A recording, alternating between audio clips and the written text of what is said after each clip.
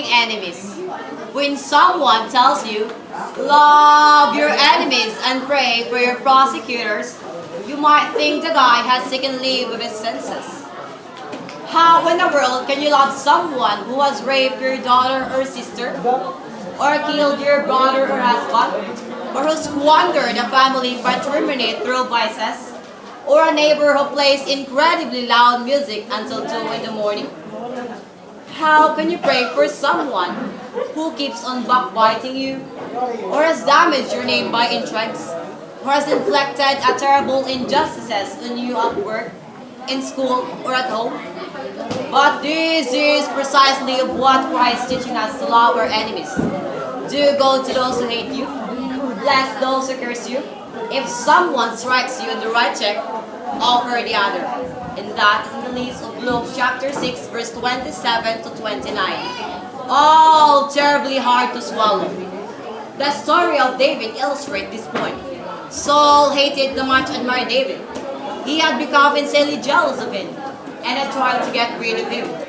When David had the opportunity to assassinate Saul, he refused to do so despite the prodding of Abishai. Forgiveness does not come easily or naturally. Retribution seems to be the more common response to wrongdoings in cultures throughout the world with their lying principle. An eye for an eye, a tooth for a tooth.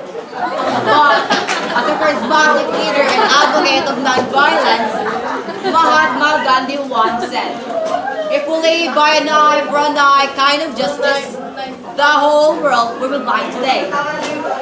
Jesus Christ steps into a world of vengeance, violence, and cycles of hatred. However, in spite of all this, He offers a new relationship, telling us to love our enemies. Only then, He implies will cycles of violence be broken, and the fires of hatred in the world are deprived by fuel for their destructive furnaces. When we seek revenge, nobody wins. Perhaps you say, but my enemy loses when I inflict damage on him. I know a family in Ilocos whose relatives were killed by a member of a neighbor family in an altercation. The aggrieved family didn't file any charges in court. Instead, they get even one day by killing a family member of the culprit. Do you think that it even the score? No. An attack of the family of the father sparked under a cycle of violence, and the vendetta had gone so deep that the services of security guards became a necessity. Nobody could move freely outside the house for fear of his life. Vengeance never evens the score. It includes injured or injurer in an endless cycle of retaliation. But isn't this Jesus' teaching of non-retaliation equal to condoning evil? Perhaps the example of Pope John Paul II can provide a glimpse of answer. After the Holy Father had recovered from the gunshot wound inflicted by his Turkish assassin, Mehmet Ali Agca, he visited him in his prison cell and assured him everything was forgiven.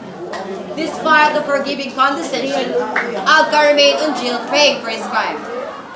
So, it's possible to forgive and love an enemy, but justice is still served. Each one of us has to think of putting into practice what Christ is teaching us in our daily life. It is easy to profess that we love mankind, but it is difficult to love an unloved person on the contrary. It's as if saying in the character of the comic strip, "I love humanity. It's people I can understand."